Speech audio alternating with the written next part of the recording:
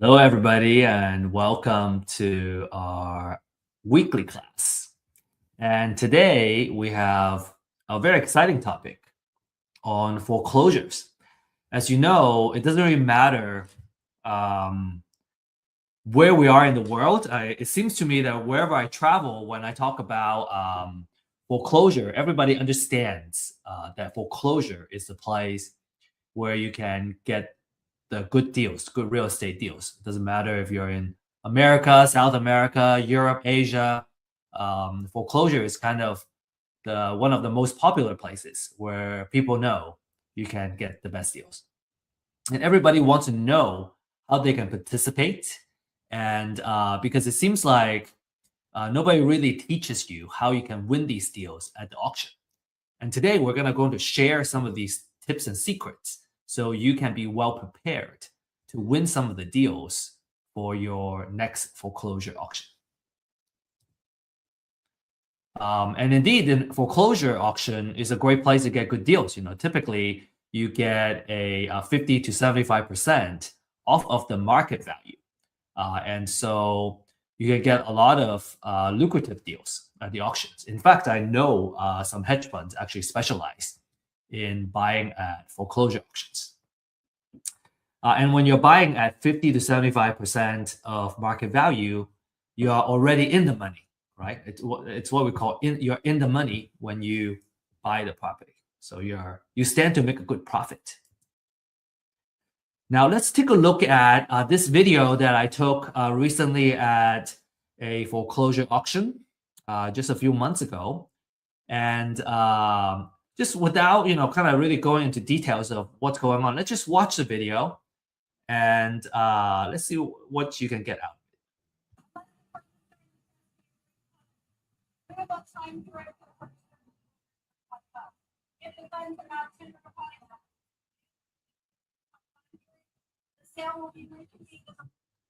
Okay, so that's basically it. I'm gonna cut it out. We're gonna go back to the beginning of the video here. Now, on the surface level, right? This is what's going on. Number one, it's quite loud and it's hard to hear the person that's talking, this lady. The second thing is that it's a little bit chaotic, but there is order to this chaos, right? So everyone seems to know what they're doing. And there's actually a lot more going on, as you can kind of see, kind of further into, kind of beyond this group of folks. There's more people over there. So what's going on, right? There's a lot of stuff going on. And at the end of this class, right, after we go over these top 10 tips, we're gonna revisit this video, and you're gonna be able to see and kind of break down everything that's going on in this video and what everyone's doing. All right, so sounds like a good deal. And then another kind of natural question is, within, being a part of this foreclosure auction, how do I win these deals? And what are some of the risks and how can I minimize the risk, right? So we want to be very cognizant of the risk that we'll be getting into if we participate in these auctions.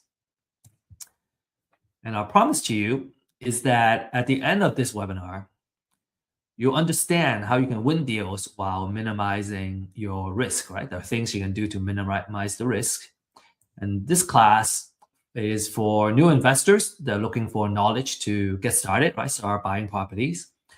Or if you're an experienced investor and you're not familiar with foreclosure auctions, this would be a good place too.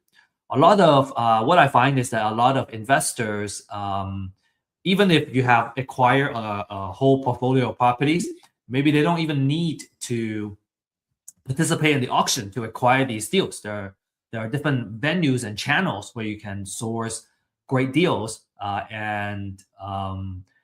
If you want to add the foreclosure as one of the channels where you can source deals, this is certainly one place where you can gain that knowledge. From an exit strategy standpoint, all right, it's good for wholesale, fix and flip, or buy and hold at a big discount. And I have found that, when I have the habit of turning off notification, it really helps me focus, and that's how I can get the most out of an important class like this. And also, feel free to use the chat to introduce yourself, share your contact information, and where you live and all that. Who knows? Maybe you'll be able to connect with somebody who is also participating in this class that are in the same area, and make an effort to connect and set up a meeting after the class. This is important because over the years, we have found that people who network in the same class tend to end up kind of pulling the resources together and partner up together. Either partner up on a deal together or helping each other in their businesses. So make sure you really take advantage of everything that this class has to offer, all the tools that are in front of you. Be present and make the most out of it. Make quality connections. And disclaimer: this class is for education purposes only, and we don't offer investment, financial, or legal advice. Just some quick words about myself as a speaker, and I'm an executive partner of Real Estate IQ. And over the years of building the company, I have acquired, kind of picked up a lot of skill sets, such as marketing and using data to come up with intelligence augmentation, and so on and so forth. So if any of these kind of topics is interesting to you, I'm very passionate about talking about some of these. And my background is in science and engineering, so a very technical background. And I was always interested in real estate, and I was very intrigued initially about the passive nature of being a landlord. Now, if you're a landlord, you may argue, "Oh, well, I have tenants and toilets. There's a lot of things I gotta worry about. It's not a fully passive role." But at the same time, when you are a landlord and you got an asset that's producing and making money for you, it's real estate as an asset is making money even when you're sleeping. And that's even also before I learned about the wealth building techniques in real estate, which makes it even more attractive as a kind of vehicle to not just make money, but to also build wealth. And so, really awesome, I guess, place for us to be here and learn about real estate investments and how we can kind of build generational wealth for our family, right?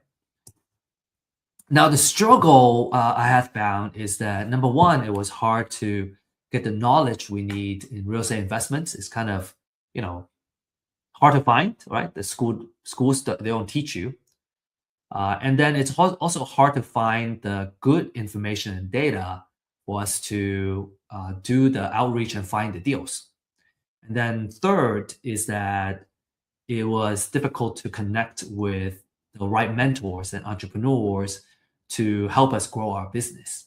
And so those are the three main struggles we saw. And that's why we established Real Estate IQ, really to solve these problems. One is to offer webinars and classes to offer the knowledge. We really believe that education is the ultimate equalizer, and that's what empowers us to kind of rise up to the level that we aspire to be in. And we also offer distressed seller data to help you find and win the deals. And finally, we offer mentorship and a deal makers community, right? Basically a support system that you need in order to succeed. I find it very difficult myself to do deals by myself. Just when I was starting out, it's very hard to know everything that we need to know to kind of participate in a deal and expect to do very well. I find it much more comfortable to work with someone who already has the experience, and then we are kind of either sharing resources or I bring something to the table, and we kind of achieve that success together. I find it a lot easier. Now, without further ado, we're going to go straight into now the content that we have prepared for you. So we're gonna kind of really get started and talk about these 10 deal winning tips. Okay. So first of all, there are two types of foreclosures. You may have heard about the bank foreclosure. Bank foreclosure is when the owner owes the bank money, not able to afford a mortgage, for example. And then the other one is the tax foreclosure, in which case the owner owes the government taxes, and the government has the right after an amount of time to then put the house in a tax foreclosure. And there's some nuances. We're going to go into that a little bit. Now, each county is a little bit different when it comes to where the foreclosure takes place. So where and when the foreclosure takes place. So make sure you do your research. In Texas, for example, foreclosure auctions take place on the first Tuesday of every month. And we call it Super Tuesday or the Tuesday auction. If you're in Florida, it's auctioned on a weekly basis as another example. So make sure you do your research on your local county. And let's talk about the bank foreclosures, right? Bank foreclosures happen when an owner stops paying their mortgage. And the lender, in most cases, it's the bank, right? Or it's a note servicer or note holder can reinforce the lien on the house to recover the loan balance. And the implication for investors is that you usually get clean title, except for unpaid property taxes or municipal liens, and there's little or no redemption period for the owner. Okay, obviously it varies by state, so you want to research kind of the redemption rules of your state. But in general, little to no redemption period. And then we're going to talk a little bit about tax foreclosures, but we're going to mainly focus on the bank foreclosures. Okay, tax foreclosures can get a little more complicated. This happens usually, it's triggered by unpaid property taxes, and usually they're like 2 to 3 years delinquent to kind of trigger that. And the government will force a sale, and it could be different parts of the government. It could be the county, right? It could be the city, or it could be the city, the school district that forces the sale. And as an investor, let's say you win, you win the bid, you don't get immediate ownership on the house. The original owner can reclaim the property, what we call within that redemption period, and that redemption period, again, also varies by state. So you want to, depending on what state you are participating in this, you want to do your thorough research. But within that redemption period, the owner can reclaim it by paying the purchase price and taxes and the penalty. So if you own that lien on this tax foreclosure, you make a little bit of return if the owner decides to reclaim the property. So you still make some money.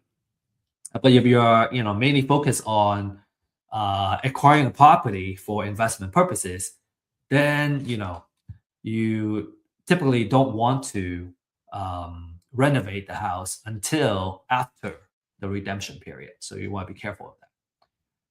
Essentially, you're buying a redeemable deed and not the final title during the tax foreclosure.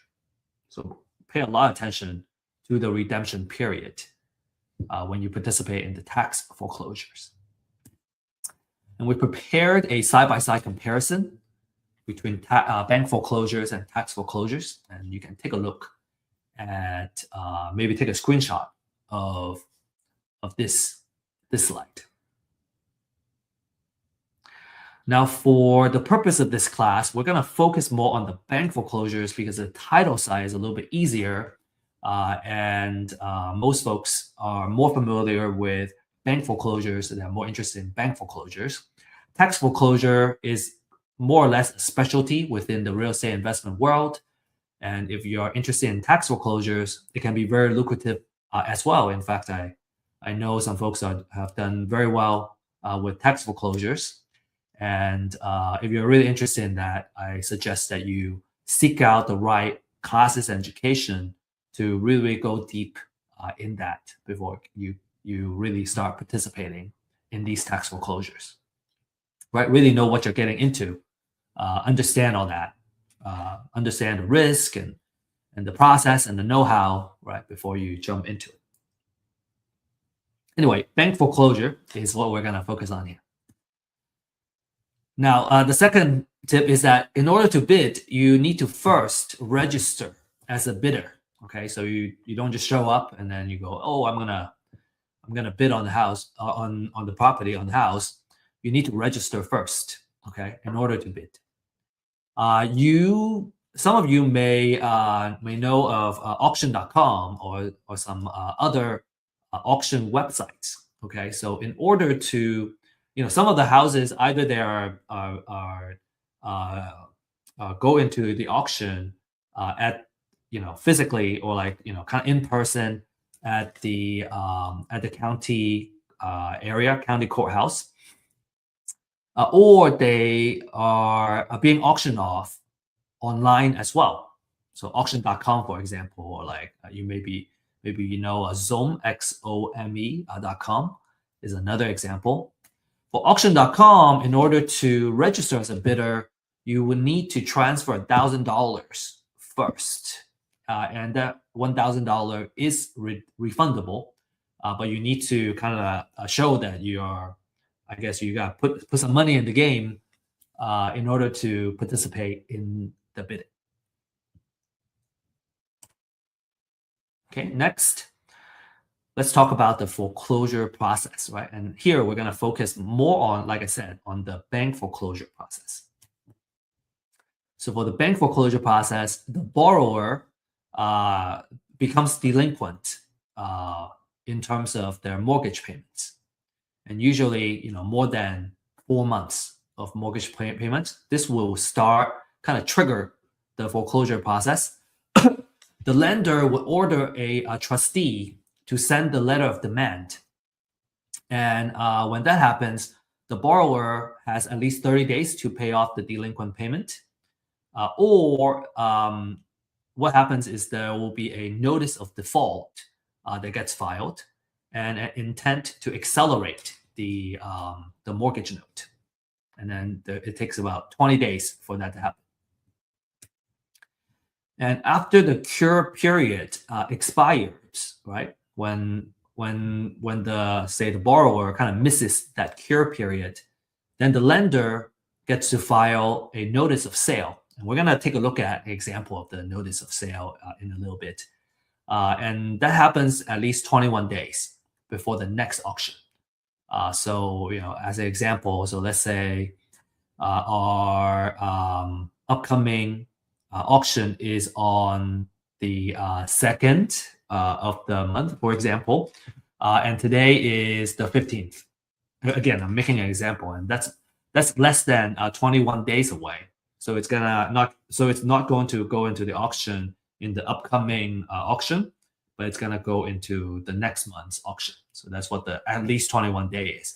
If the upcoming auction date is less than 21 days, then it's not gonna go into this upcoming auction, but the one next coming up next. And the property will get auctioned typically at a courthouse step. Again, every county is different. Some counties have it in a conference center. They have a lot of properties going to auction. Some counties, are in a courthouse, in front of the courthouse. And a lot of times it's kind of outdoors too. So like the video that I shared earlier is actually outdoors, which is why it was so loud. There was a lot of traffic, noises, and then people kind of talking over each other too. It's typically, between 10 and 4 p.m., 10 a.m. to 4 p.m. And so it's either gonna get sold to the highest bidder, or it gets reverted back to the foreclosing lender and becomes a real estate owned property, REO. Now, so why the either or, right? So typically, a lender has a minimum amount that they would specify. So if the bids are, so let's say the minimum amount is 100,000. If all the bids are under that $100,000, then the property is gonna revert and go back to the lender.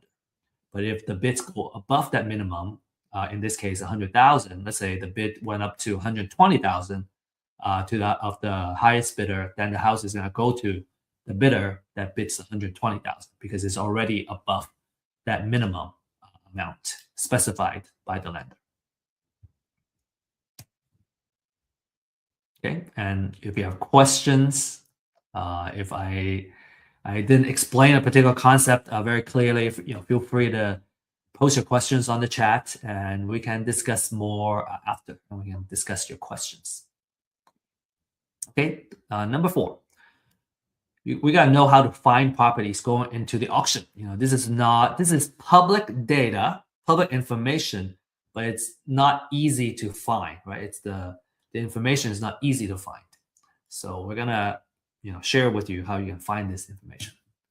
Okay, so what you want to do is to Google, and you can either Google, the name of your county, notice of sale, or the name of your county, foreclosures. And usually it will pull up the right link. Some counties may be a little bit harder to find, but if you just dig in a little bit further, you should be able to find the right website and find kind of figure out where you can find these foreclosure notices. You can also find it at the courthouse. It gets posted in front of the courthouse as well, and it will be kind of on paper. You have to flip through all of them and maybe take pictures of them. If you can find them online, well, they're going to be digitized, and it's going to be a lot easier to locate the information that you need. So a notice of sale looks like this. This is an example of a notice of trustee sale. You get the foreclosure date here. What time, right? This one says it's between 10 and 4 o'clock. Beginning not earlier than 1 p.m. and not later than 3 hours later. So actually, it's between 1 and 4 p.m. Right? So if you want this particular house, you want to show up between 1 and 4 o'clock. You don't have to be there for 6 hours. That's good. That's good news. And then you have about 3 hours there, and you got to figure out who the trustee is and all that stuff from here. And then you get the property address, the legal description, and everything. So a lot of information are on this notice of sale.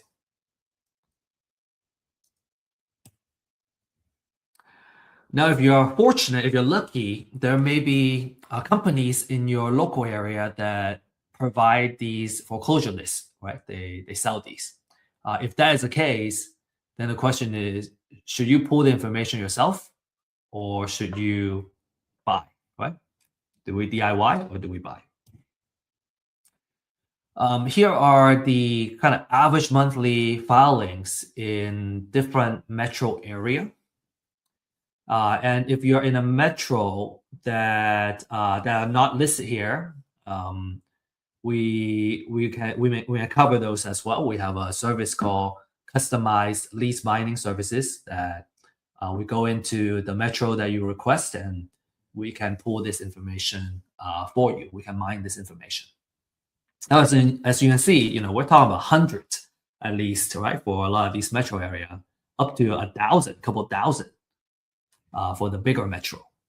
And so there are so many filings that it's usually not recommended to do it by yourself. It just takes too much work. It takes too much time. As an entrepreneur, I would say if I spend a lot of my time mining the information, then it's taking my time away from doing the actual due diligence and kind of figuring out what the right amount it is that I need to bid on the property, which is a better kind of use of my time. All of doing this is kind of, low value labor work. It's much easier to outsource it.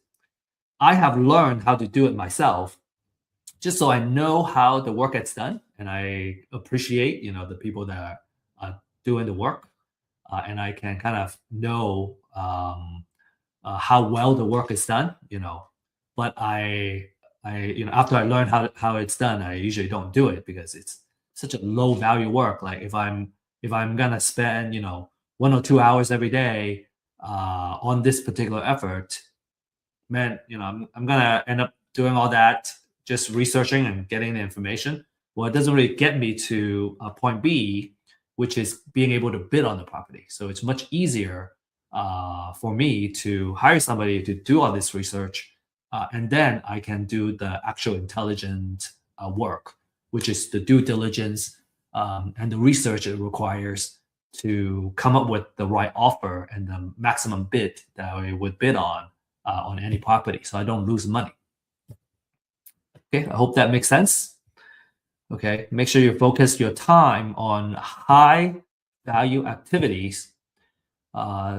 Some examples of high value activity is lead generation, marketing, due diligence, contacting distressed sellers, for example. So here are some key elements, right? Speaking of purchasing, if we're gonna buy a list, like what does a quality list look like? So these are a couple of quality information. From a property information standpoint, you want to know who you want to really important is to know the trustee who's gonna be auctioning off the property. Actually, I'm gonna be sharing that as one of the tips later on. Right? You want to know the trustee. And then you want to know the property information, right? Sometimes having the address.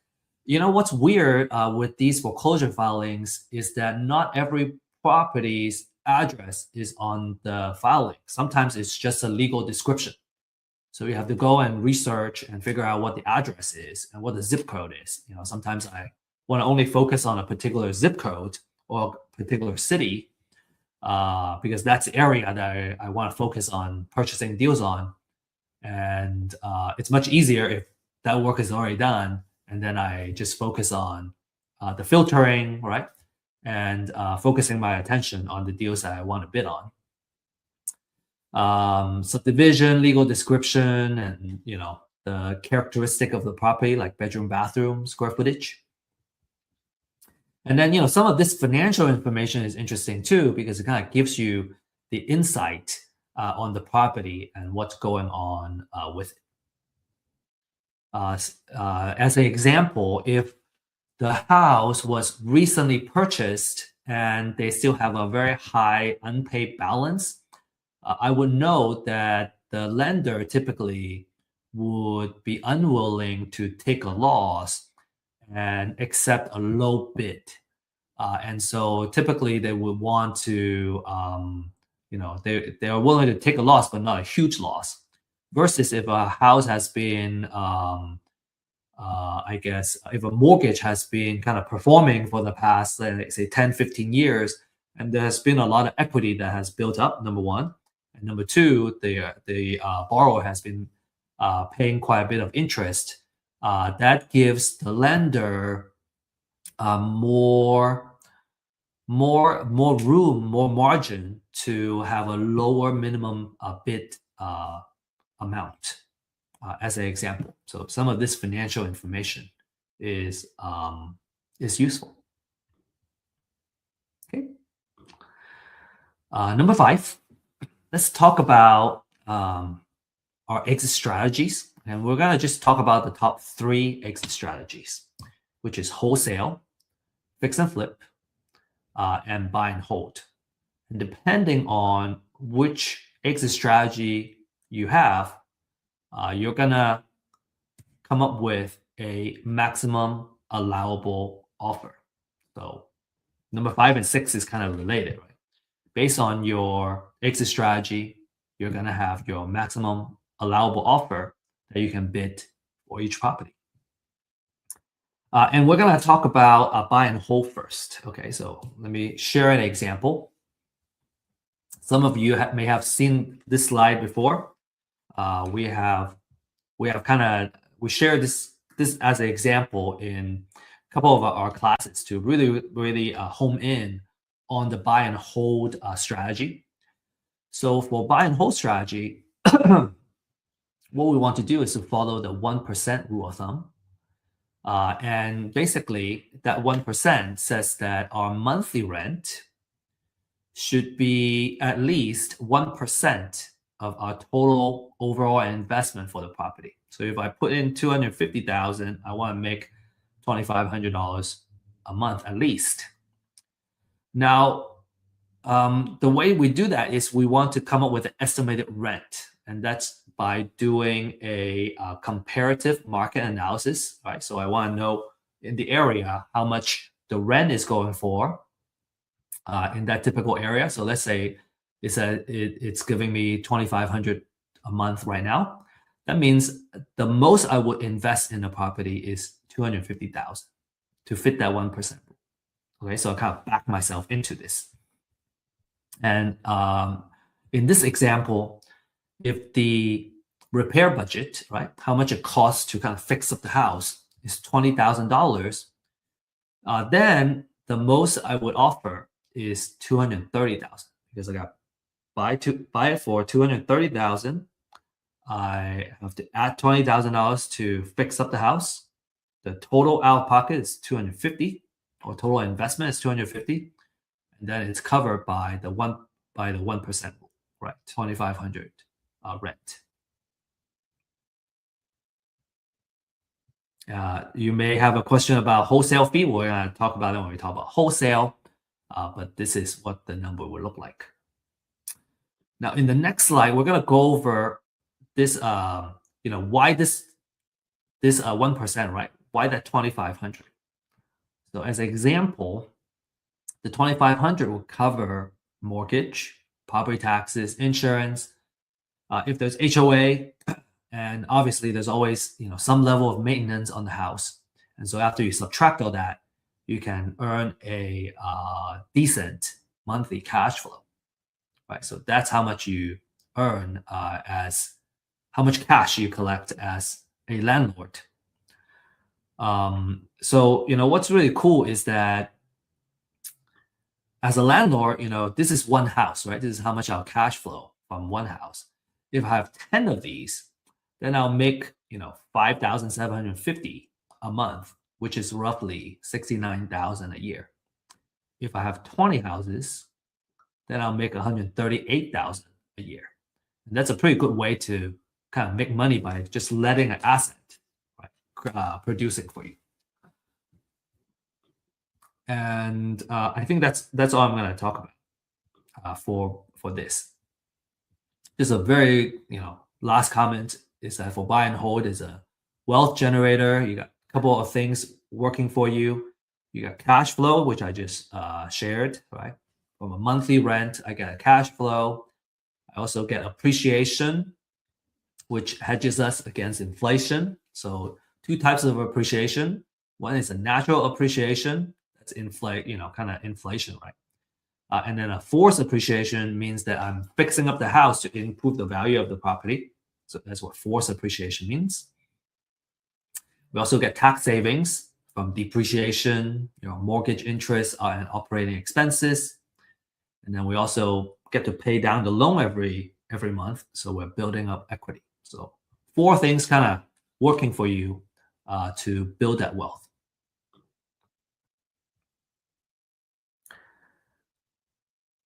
Next, let's talk about fix and flip, right? That's a 70% rule of thumb. And let's talk about how to apply it to fix and flip deals. So in this example, let's say the after repair value is 500,000. So what that is I gotta run a comparative market analysis, right? Which is figuring out how much the houses around me are selling for in their kind of pristine condition. And let's say in this case, all these houses are telling me that you can sell it for 500,000. Then we do the 70% rule, multiply this by 70%, then we get 350,000. And then if we subtract the repair budget, then we get our distress offer.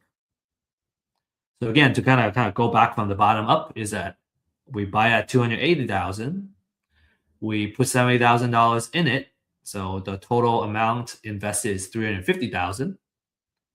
Then that's the 70% of what the after repair value is.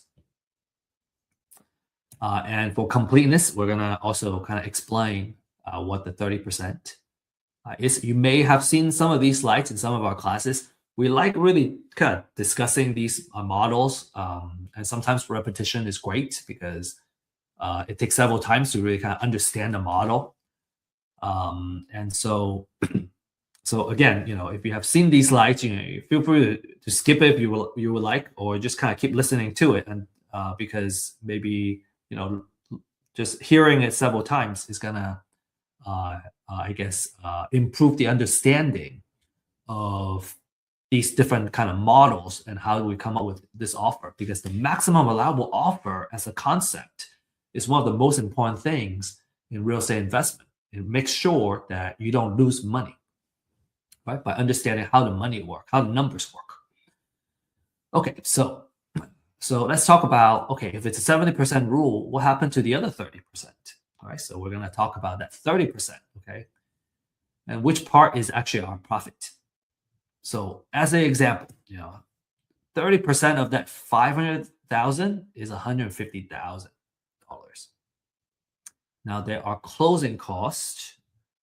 When we're fixing up the house, we have holding cost and maintenance, right? There is utility fees, right? Utility bills. You have there's a HOA. You gotta pay HOA. You gotta pay taxes. So all kinds of money that you gotta pay to hold the property. And then closing costs includes agent commission and title insurance. Another holding cost is home insurance while you're holding the property. And then you have financial costs, right? So usually when you're buying a property for fix and flip, you are leveraging. You use some kind of hard money or private money leverage. And because of that, it's a short-term loan that has a relatively higher interest that allows you to get financing without the stringent requirements from the bank. So you can leverage someone else's money to make money. And a lot of folks are very glad to kind of pay for this additional financial cost because you get to kind of leverage someone else's money to make this profit. And if you run the math, you see that a certain amount of leverage actually makes sense for those that kind of embrace debt and embrace good debt to produce profits. So without diving too much into it, let's say you get financing from a hard money lender or private money lender to do the fix. Well, you have to pay the interest and on the money that you borrow, and also the fees that you incur. And so let's say you subtract all that. Well, you still make a good, $90,000, which is a very handsome profit. And that's a fantastic return for just one project, right? So imagine doing 2 projects or 4 projects a year. Fix and flip as a business can be very lucrative. And last but not least, I want to talk about the wholesale model. And what you do is you're buying the house at a low enough price to sell it to other investors. So you either sell it to a buy and hold investor, or you sell it to a fix and flip investor. And in the 2 scenarios, right? Let's say I want to sell it to a buy and hold investor. Well, in the previous example for buy and hold, I need to add my wholesale fee here before I put in the offer. So typically, we say about $10,000 on average of wholesale fees is a good number to make. So let's say I want to make $10,000, then I put it in here, and instead of offering $230,000, I offer $220,000. So if I'm acquiring it at the foreclosure auction, and I want to make my wholesale fee the maximum I would bid on is 220,000. And if I can win the house for, say, less than that, right? Let's say I won the bid at 200,000. Well, I can charge as much as $30,000 in wholesale fees and still be able to help the buy and hold investor make money. And that's a really cool place to be.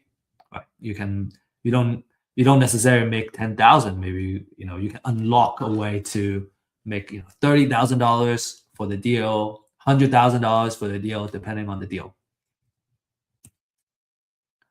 And if you sell it to a fix and flip investor, then you use the same kind of structure for that formula. You use the 70% formula, and let's say in this case I want to make $20,000 in my wholesale fee. Well, then in that case, the maximum I would bid is 260,000. Or again, if I won this deal at 200,000, well, then I can make a wholesale fee of $80,000, and the fix and flip investor can still profit, and they don't mind. They will still appreciate a good deal.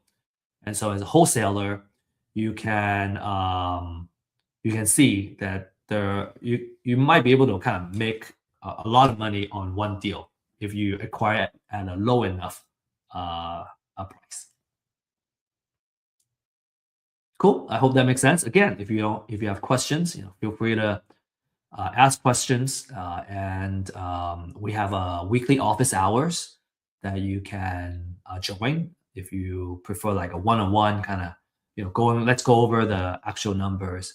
Now, another thing I want to kind of share with you is that these numbers are kind of idealized numbers, right? In real life, it's not that pretty and all well-rounded. And there are some fees here and there, right? That changes the actual number. And so in a real life case, you may see that the numbers may look slightly different. And that's natural. We're just trying to kind of simplify the concept into something that's easy to understand. And in a real life case, based on the different kind of fees and what the situation is, what the interest rate currently is, and so on and so forth, the actual number is going to be different. But what I think these examples serve really well is that by understanding the 1% rule of thumb for buy and hold and the 70% rule of thumb for fix and flip, your 99.9% of the chance of the cases, you always make money, right? You won't lose money if you do the right things and you follow this formula.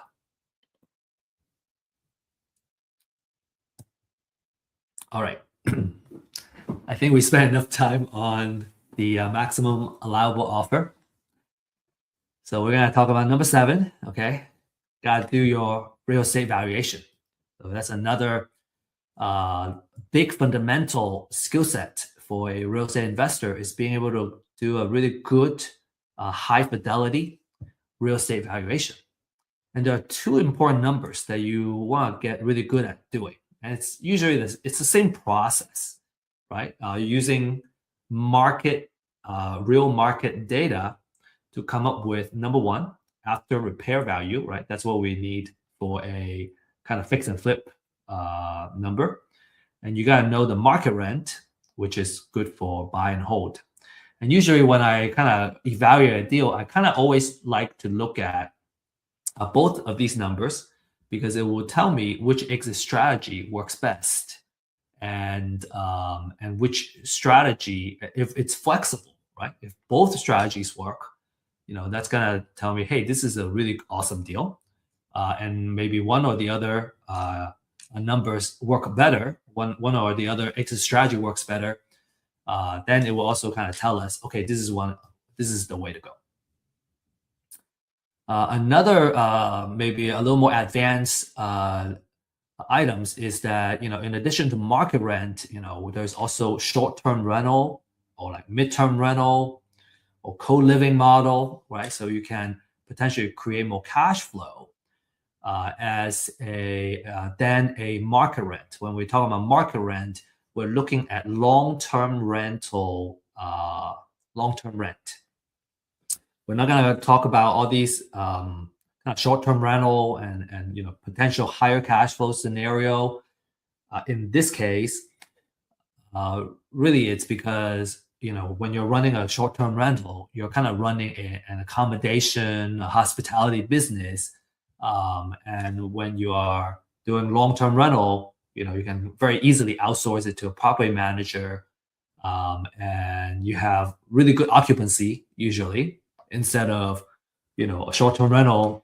You have occupancy type of a situation or occupancy kind of factor they gotta factor in. So to kind of keep things a little more organized, right, we're gonna focus more on the long-term rental. And for real estate valuation, what's important is to run a comparative market analysis, or what we call a CMA. So looking at the market, right, all the comparables that are on the market, how much do they sell for? How much do they sell for? That's going to give me the ARV, after repair value. How much do they rent for? That's going to give me the market rent. And we're going to just talk a little bit briefly about best approaches to CMA. So best approaches to CMA is these couple of things to kind of set up the parameter, right, on which ones are comparable, right? The keyword is comparable for a CMA. You want to know, you want to look at the distance, right? How far? If it's too far away, maybe it's not comp anymore. You want to look at recency. Recency is how recently the house was last sold. If it was sold 5 years ago, that's not really market value data anymore. You want it to be as close as possible. Ideally, the last 30 days, the last 90 days would be really good, because the real estate value and real estate prices is seasonal. So the more recent, the better, typically 90 days. You want to look at square footage, right? A small house, a cottage, and a big mansion, completely different type of valuation. A year built, right? Obviously a new house and a house that was built in 1920s, completely different material, age and all that stuff. So you want to be kind of similar. And then ideally you want the houses to be in the same subdivision, because they tend to be in built by the same or similar builders, and they're true comparables. So some rule of thumb, and these are just kind of guidance. We put 1 mile for distance. Ideally, it's actually a quarter mile if possible. Recency, at most 360 days, but ideally 90 days. Square footage is plus and minus 20% of the house that we're trying to evaluate. So if the house is say 2,000 square feet, then you're gonna go. You want to pick out the comparables that are 1,600, between 1,600 and 2,400, which is within that plus minus 20% of 2,000. And then year built, as an example, let's say it was built in year 2000. You go from 1990 to 2010, and then you try to choose the same subdivision if possible. Then you're going to choose the best 3 to 4 comparables as the basis to come up with your valuation for the ARV, after repair value, and also for the market rent. So so I guess, maybe just to elaborate a little bit more, for after repair value, I'm looking for sold prices for the houses that have been sold in the area. For market rent, I'm looking for leased prices for the houses that have been leased in the area. Okay, let's move on. Number 8, you gotta know how to minimize your risk. 3 key questions that you need to answer. Okay, number 1, is the house is still there? If there are times where the house goes into a bank foreclosure, tax foreclosure, but actually there's no house there anymore. It's just a plot of land. And if you're bidding on the property as if the house was still there, and you're bidding, you put down a big bid on the house, and there's no house, then you're going to stand to make a big loss. Okay. The way to mitigate that risk is to hire someone to take photos for you. The market a price that I know of is that it's about $25 per property. You can hire someone to take a photo. So based on the photo, you can see the condition, or if the photo has no house, you know that there's no house there. The second one, what other liens are also on the house? Okay, so some key questions like, is the auction is it auctioning off the primary lien, or is it auctioning a secondary lien, right? Are there IRS liens and property tax liens, more senior liens on the property? So those are the things that you want to know, and you understand the seniority of the liens, so that you would know, if you end up, buying the property, is it now a clear title, or is there senior liens that I got to pay off before I can take title to the house? As we mentioned, municipal liens, right? Tax liens, they are more senior than the bank foreclosure liens. So you want to make sure you do those properly. And the answer to that is called a title research. So the market is kind of going for, I think a title company would charge around $200 on the title research. We offer that title research service for $40 to $75. The reason is that we are really focusing on doing research for the purpose of bidding on foreclosures, and we're not going as steep in terms of going 30-year research on a property per se, because it's not needed for the purpose of foreclosure auctions. So we are pricing it at between 40 to 75 per research. And then number 3, how much does it cost to fix the house? So if you have the photos, you can at least kind of see the exterior of what's needed to be done on the house. And this is something that you have to take a risk on, because you can't walk the house and come up with a rehab budget. And so you have to kind of really do some rough estimation on how much it would cost to fix up the house, because remember, the rehab budget is part of your formula for your maximum allowable offer. Okay, so those are the 3 main questions you really got to answer before you bid on the house. Okay, all right, number 9. We got to know which trustee will be auctioning the property. Because if you really want to participate in the auction of a property, you're going to need to know who the trustee is. Where are they? When they show up, you got to know where they are, because sometimes they just kind of show up, they start auctioning, and maybe there are some auctioneers that are very loud and kind of really try to get as many people to participate as possible.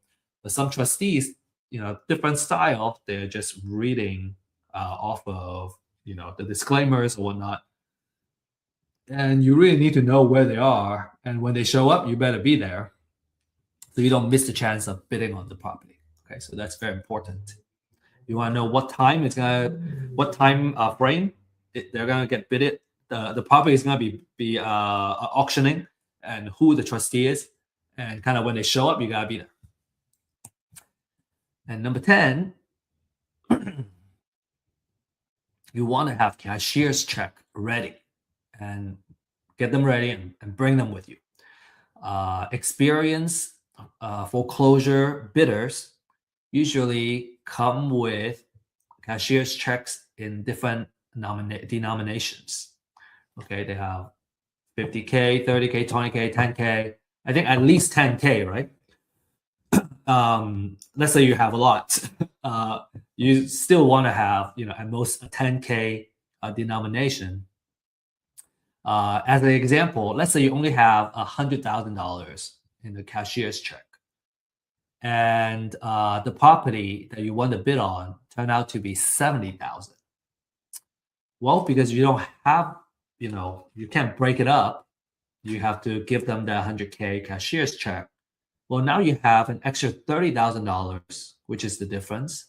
It's stuck with the courthouse, the county, for several weeks before they can get the money back to you. So what that means is now you have $30,000 that have been sitting around not producing for you. So usually for the experienced folks, they have these denominations. So let's say it's 70,000. Well, I got the 20K, I got the 50K, and then now I'm good. I can use the rest to bid on another property if I want. Right? So that's very important. They don't make change at the auction. So some bonus information, I want to give you this, and then we will look at the video. Okay, so the bonus, I want to kind of share the what happens during the auction or like after the auction. So after the auction, after the foreclosure, the borrower may still owe money after the foreclosure. If the total debt owed exceeds the foreclosure price, the lender may seek a deficiency judgment and go after the borrower. Okay, so borrower may, in this case, they either owe money or they have to declare bankruptcy, right, in order to kind of deal with that. A bank foreclosure wipes out secondary liens, right, second mortgages or junior liens with proper notice, but it doesn't eliminate debt. So these lenders can still go after the borrower. And then federal, state, and local tax liens will survive. And so you need to pay them when you win the bid. So make sure you do the title searches properly. All right, so now let's play this video again. I got this this video back, and then we're gonna really talk about a little bit more nuance of what's going on. Okay, so it's just a 10-second video, I think.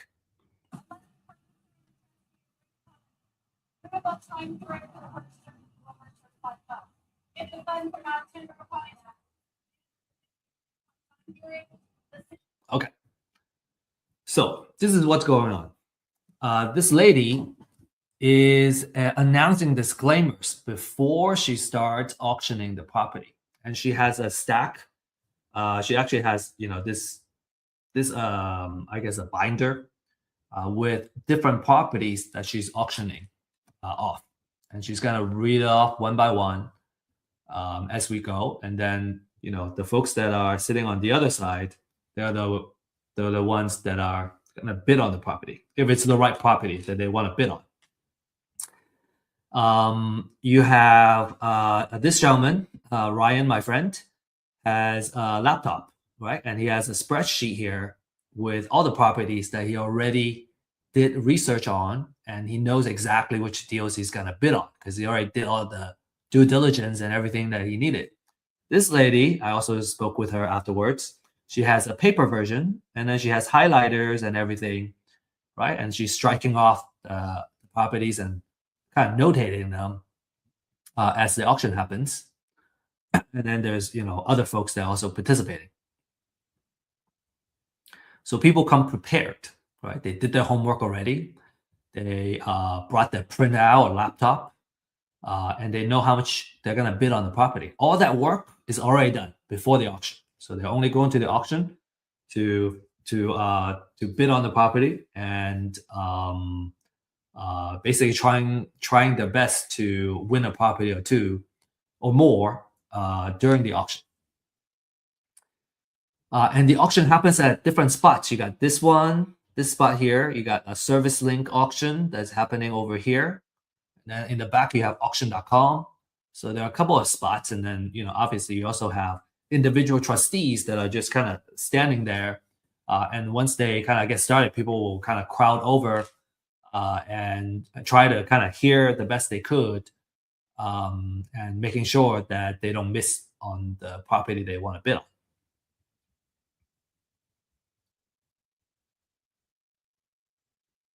Okay. So yeah, so many auctions can happen at the same time too. So you can have three properties being auctioned off at the same time by three different trustees. So it can be pretty chaotic. And if you really want to go and like you want to cover your bases, you want to have several folks that are on your team, on the same team, going in there and bidding on these properties. Okay, cool.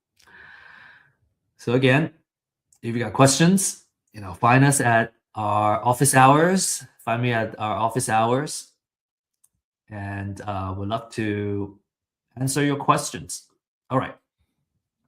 To recap, we have gone through the foreclosure process. We talked about the different type of foreclosure, and then we talked about how you can find and evaluate deals and all the due diligence that you need to do to minimize your risk, and then all the different things that you need to do in order to participate effectively in a foreclosure auction. So next, you may be wondering how you can get started. So let me just kind of share with you some success cases of our clients and our users. Right, first case, we have a client making $46,500 profit on a deal in Carrollton. Actually, is kind enough to share the address of the property as well. And all these are kind of title company escrow printouts that he's able to share. So the second deal, 85,000. Next deal, 88,000, almost 89,000. So there's a lot of profit if you know how to win properties and win deals. There's you can make a great living, and you can also build wealth in the process. A lot of times our clients will kind of leverage, use these profits to purchase properties to hold and build wealth. So you might be wondering, how do I get started? Okay, so for those of you who are ready to take action, this is what we recommend that you do. Number one is you get a foreclosure list. The more research that's been done, the better. So you can, get firsthand data, exclusive research, and everything that you need to know about the houses that are going into foreclosure. For a limited time, there is a disruptive pricing that I'm sharing here. This price is not going to last a very long time. So, there's a QR code here that you can scan and take advantage of it. And then number two, I highly recommend finding a mentor or coach, having that one-on-one attention to walk through how to do these deals. I personally find it extremely useful. I don't even know how to do it another way. It seems to me that when it comes to kind of these high value, high ticket deals, just having someone to walk you through it, someone that you trust, obviously, to kind of walk you through the first couple of deals until you learn the rope. I think I would even argue that it's necessary, like, having someone that kind of hold your hands and kind of show you the way. So we have a deal accelerator program that if you choose to participate, that's what we designed the program to do, is to give you that one-on-one hand holding and training and mentorship to get the deals done, get a couple of deals under your belt, and then you become a deal partner where we do deals together. This program is more appropriate for those that have already been through a training and coaching program and need more one-on-one attention in order to make a deal happen. So just kind of keep that in mind. And then step number three, do your due diligence. Right, you gotta get photos, right? Do the comms, and learn how to do a rehab budget, and then also title research. And as I mentioned, we offer title research services to help you economically, do the searches on any property that you choose to, and at a much more affordable price than a title company, for example. And then finally, when you're ready, go to the foreclosure auction and join the fund. We may see you there. Okay, before we end, share a couple more success stories here. Jordan, being a client for Real Estate IQ for in a month, he closed 2 deals and made $60,000. And Salvador, first deal, 30,000. And Ismail, consistently, getting deals and an average of 8,000 per deal, a total of 80,000 in the past 10 transactions. That's pretty good, right? Pretty good profit. So again, if you're ready to take action, you can scan this QR code to get started. Schedule a 30-minute in-depth consultation on what Real Estate IQ has to offer to help you find deals and win your first deal. And if you are not ready to kind of actively get started, but you want to continue to learn through seeing real cases and real deals, then you need to join our weekly Thursday program. This is at 11 a.m. Central Time. We kind of decided that was the best time because I think across the United States, doesn't matter what time zone you're in, that's a really good time to participate. This is a weekly live stream where we follow live deals that we're actively working on, right? We have a purpose of building a real estate portfolio in real life. And some of these deals we're actually offering to our community as well. But we're building this portfolio with a purpose of building wealth. And at first you can participate as an audience to kind of follow the deals and see how the deals are doing. We have about, I think, 10 deals right now that we're actively, in the process of working on or producing a cash flow. And one day, you're going to feel ready to actively participate. And you can either participate by bringing your own deal to our community, or you can work on the deals together with us as partners. So the deals is a big part of this live stream. We feel that by looking at real cases is where we learn the most and learn the fastest, right? Real cases instead of just talking about theory. And then we go over the market update that will impact the real estate investment world.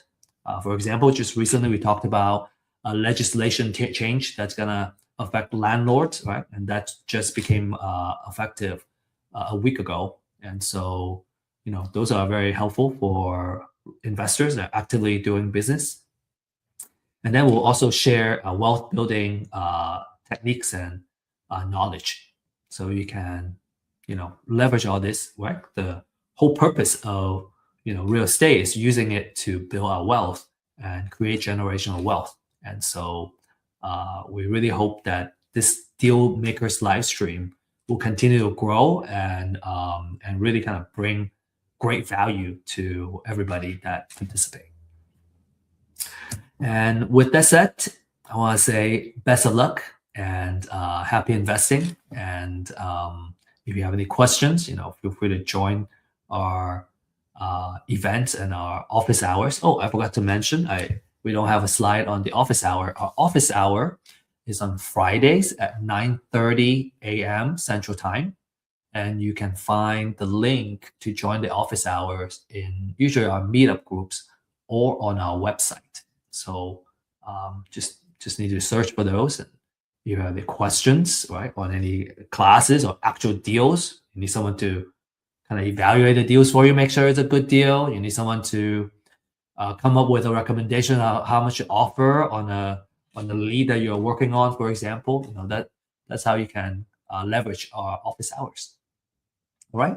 Now, with that said, I just want to end this session and thank you for joining us. And I hope to see you in our future classes soon.